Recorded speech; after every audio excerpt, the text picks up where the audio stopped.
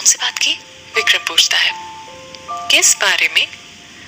Dad 35 crore, Kuku Bhatia कहते हैं। अरे हाँ, सुन, एक आइडिया है मेरे दिमाग में। कुकू भाटिया विक्रम को आइडिया बताते हैं। तभी उन्हें सामने से आती हुई शोभा दिखाई देती है। डैड, और कितनी शराब पियेंगे? विक्रम कहता है। पीने दे पुत्र। डैड, बिजनेस में तो उतार चढ़ाव चलते ही रहते हैं।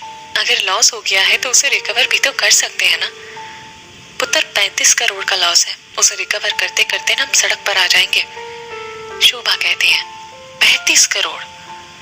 मॉम, आप कब आई? 35 करोड़ का लॉस हुआ है, शोभा कहती है। शोभा, तुम टेंशन मत लो, मैं सब ठीक कर दूंगा, कुकू भाटिया कहते हैं। पर इतना बड़ा नुकसान हुआ कैसे? मॉम, एक डीलर के जरिए ना हमने एक लैंड खरीदा था 80 करोड़ में। बाद में पता चला कि उस जमीन के नीचे दलदल है और उस जमीन पर अब होटल नहीं बन सकता। डीलर सारे पैसे लेकर भाग गया है। डैड ने ये डील की थी तो सोनिया ने सारा ब्लेम डैड और मुझ पर डाल दिया। सोनिया और अंकल हमसे अब 35 करोड़ मांग रहे हैं, वो भी 2 दिन में। अब आप बताओ मॉम कि इसमें हमारी क्या गलती है? चुप करना लायक, अपनी माँ को इस बारे में बताने की क्या जरूरत थी, कुकू भाटिया कहते हैं। पर इस सब में आपकी तो कोई गलती नहीं है, तो सोनिया और भाई साहब आपको इस सब के लिए कैसे जिम्मेदार ठहरा सकते हैं, शोभा कहती है। शोभा, मल्होत्रा कंस्ट्रक्शन में हम सिर्फ 35% के शेयर होल्डर हैं और वो लोग 65% के। अगर कोई लॉस होता है तो वो हमारे हिस्से ही आता है, कुकू भाटिया कहते हैं। पर भाई साहब, ऐसा कैसे कर सकते हैं? मैं उनसे बात करती हूँ, शोभा कहती है। नहीं, कुकू भाटिया और विक्रम एक साथ कहते हैं। शोभा, तुम चिंता मत करो, मैं कोई ना कोई रास्ता निकाल ही लूंगा, कुकू भाटिया कहते हैं। मैं लंच लगवाती हूँ, आप दोनों आ जाइए, शोभा कहती है। शोभा कहकर चली जाती है। कुकू भाटिया और विक्रम दोनों खुशी से हाथ मिलाते हैं। तेरी माँ कितनी भोली है ना, कुकू भाटिया कहते हैं। वो भोली नहीं है, बल्कि आप कमीने हो, विक्रम कहता है। अपने बाप को गाली दे रहा है, कुकू भाटिया कहते हैं। नहीं डैड, मैंने तो आपकी तारीफ की, विक्रम कहता है। चुप कर नालायक, अब चल, प्लान की अगली स्टेप का वक्त आ गया है। दोनों खाने की टेबल के पास आते हैं और बैठ जाते हैं। शोभा खाना सर्व करती है। कुकू जी, क्या हुआ, आप चुप क्यों हैं? खाना खाइए ना, शोभा कहती है। मुझे भूख नहीं है, तुम और विक्की खा लो, कुकू भाटिया कहते हैं। अगर आप कहो तो मैं भैया से बात करूं, शोभा कहती है। बिल्कुल नहीं, बलराज भाई साहब से बात करने की कोई जरूरत नहीं है। ये हमारी प्रॉब्लम है, हम खुद सॉल्व करेंगे। ज्यादा से ज्यादा सोनिया हमें जेल भेज देगी, और क्या। विक्की को तो ऑफिस से निकाल ही दिया है। कुकू भाटिया उठकर चले जाते हैं। देखा मॉम, डैड कितने अपसेट हैं। अब आपको और मुझे ही कुछ करना पड़ेगा, जिससे डैड की हेल्प भी हो जाए और उनके स्वाभिमान को चोट भी ना आए। तुम ठीक बोल रहे हो। शाम हो चुकी है, पिंकी और चांदनी घर पहुंच चुके हैं। बाय पिंकी, चांदनी कहती है। बाय। चांदनी अपने घर आती है और दरवाजे पर लॉक लगा हुआ होता है। ये सब कहाँ चले गए? चांदनी पिंकी के घर आती है। उसके घर में आते ही पिंकी से टकरा जाती है। पिंकी, हमारी फैमिली आज साथ में, चांदनी कहती है। चांदनी, कुछ तो हुआ है, पिंकी कहती है। मामी, आप भी यहाँ हो? फिर तो पक्का कुछ हुआ है। कल तुम दोनों की प्रशांत से कुछ बात हुई थी, विशाल पूछता है। नहीं, राजीव भी आता है। देखा दादी, मैंने कहा था ना आपसे कि ये दोनों ऐसा कभी नहीं कर सकती। प्रशांत की माँ को जरूर कोई गलतफहमी हुई होगी, विशाल कहता है।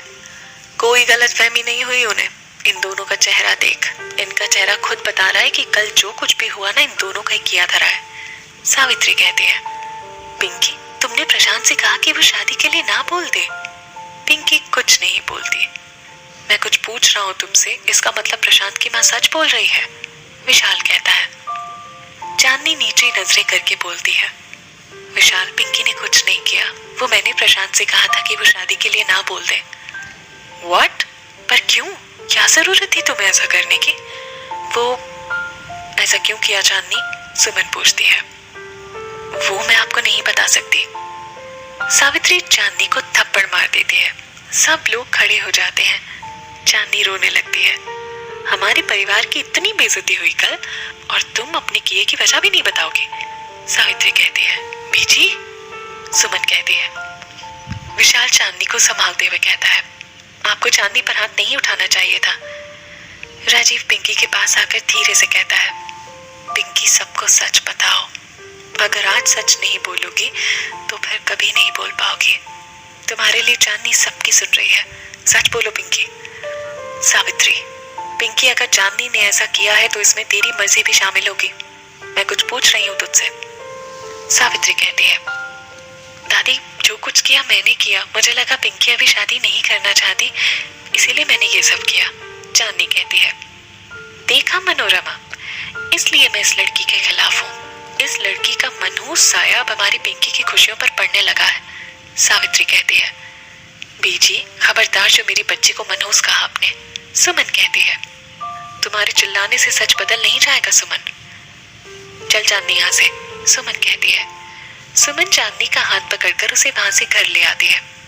ये आपने ठीक नहीं किया दादी। विशाल कहता है, ठीक तो मैं अब करूंगी। प्रशांत एक अच्छा लड़का है और मैंने पिंकी की शादी पक्की कर दी। परसों वो लोग आ रहे हैं, पिंकी के रोके की तैयारी करो। बिना पिंकी की मर्जी की ये शादी नहीं होने दूंगा मैं, विशाल कहता है।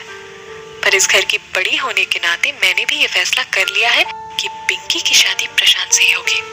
ये मेरा आखिरी फैसला है और अगर किसी ने भी मेरे फैसले के खिलाफ जाने की कोशिश की तो वो मेरा मरा हुआ मुंह देखेंगे। माँ, रमेश कहते हैं। सावित्री अपने कमरे में चली जाती है। रमेश और मनोरमा भी उसके पीछे जाते हैं। पिंकी भी रोते हुए अपने कमरे में चली जाती है। विशाल को कुछ समझ नहीं आता कि क्या करे। राजीव परेशान है कि वो विशाल को सच बताए या पिंकी के बोलने का इंतजार करे।